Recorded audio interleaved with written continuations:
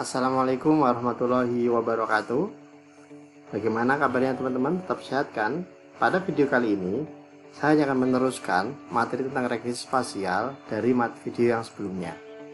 Kalau di video sebelumnya, kita sudah membahas tentang konsep data spasial maupun matriks pembawa spasial.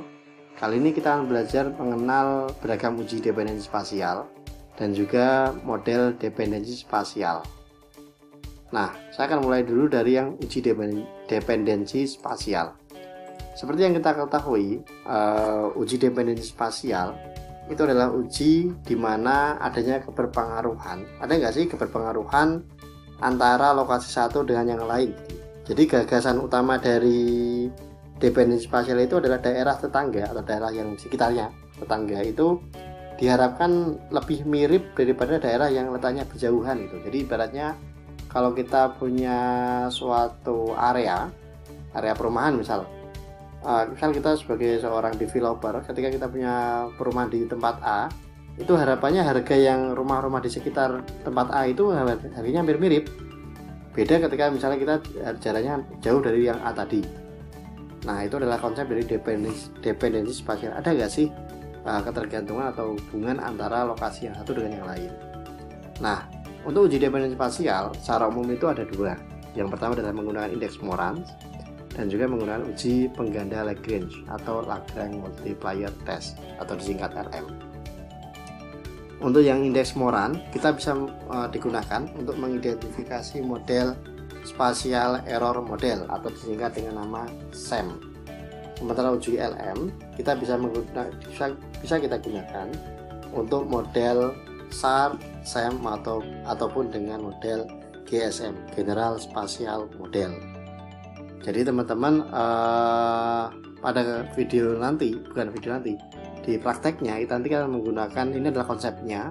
Nanti kita akan belajar dengan menggunakan bahasa R untuk menghitung nilai LM SAR, LM R sama LM GSM. Sementara untuk pada data biner, uji dependensi spasial menggunakan statistik join count. Nah, mungkin teman-teman yang video yang sudah ada itu adalah yang indeks Moran, bisa dilihat di video yang lain. Nah, ini adalah gambaran umum dari model dependensi spasial. Jadi awalnya itu dari GNS atau singkatan dari General Nesting Spatial. Jadi dalam model GNS itu ada interaksi spasial atau ada pengaruh spasial dalam model itu. Jadi kalau dalam analisis spasial itu ada 3 pengaruh. Yang pertama adalah pengaruh dari variabel endogen. Maksudnya itu adalah variabel respon di suatu lokasi tertentu itu dipengaruhi oleh variabel respon lain di lokasi yang tetangganya itu. Itu makna dari pengaruh variabel endogen atau nama lainnya adalah interaksi secara endogen. Kemudian interaksi yang kedua itu adalah kalau di sini dilambangkan dengan rho. Nah, kemudian yang kedua adalah interaksi variabel eksogen. Maknanya adalah variabel respon di suatu lokasi itu tidak hanya dipengaruhi oleh prediktor di lokasi itu, tapi juga ada campur tangan prediktor di lokasi tetangganya. Nah, di sini lambangnya adalah yang W, X, theta ini. Sementara yang terakhir itu adalah interaksi spasial antara suku galat. Jadi interaksi di sini terjadi akibat adanya pengabaian variabel prediktor yang memberikan pengaruh tidak hanya pada variabel respon lokal, tapi juga variabel respon di lokasi tetangganya. Jadi ini adalah kompleksnya, model paling kompleks itu. Ada pengaruh variabel endogen, variabel eksogen, dan galat di lokasi tetangganya. Nah, tapi model ini itu biasanya kita bisa persingkat kalau ada yang tak terpenuhi.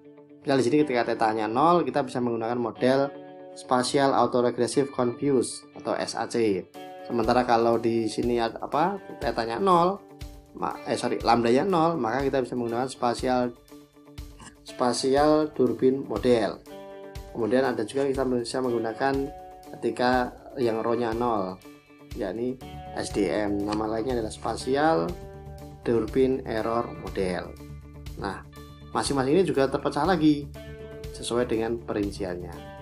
Ada juga SAR sama SEM. Kalau SAR nanti yang kita pelajari dengan praktek adalah yang semuanya ini dulu. baru nanti kita akan fokus ke yang SAR sama SEM sama yang GSM. Jadi fokusnya di situ. Nah, di sini untuk yang SAR sendiri singkatan dari Spatial Lag Model atau Spatial Autoregressive, sementara SEM singkatan dari Spatial Error Model. Jadi kalau nanti kita kalau GSM itu adalah gabungan SAR dan SEM, tapi nggak ada si nggak ada segalanya, atau SLX lah, ini SLX lah gampangnya. Jadi itu. Nah, kalau misalnya semua nggak terpenuhi, maka kita bisa menggunakan OLS. Nah, itu adalah taksonomi dari model definisi spasial. Ada banyak, tapi yang akan kita fokus awalnya nanti kita belajar dulu yang masing-masing ini, tapi secara dasarnya dulu. Maksudnya biar ada gambaran terlebih dahulu, oh ini seperti ini loh, ini seperti ini. Nah, kemudian nanti kita ke studi kasus untuk yang model SAR sama SEM, dan juga gabungan antara SAR dan SEM, atau nama lagi adalah GSM, Global Spatial Model atau spasial umum, model spasial umum. Oke, terima kasih atas perhatiannya teman-teman. Nanti di video berikutnya kita akan coba prakteknya dengan menggunakan program R. Terima kasih. Bila banyak salah kata, saya Ahmad Fauzan minta maaf. Assalamualaikum warahmatullahi wabarakatuh.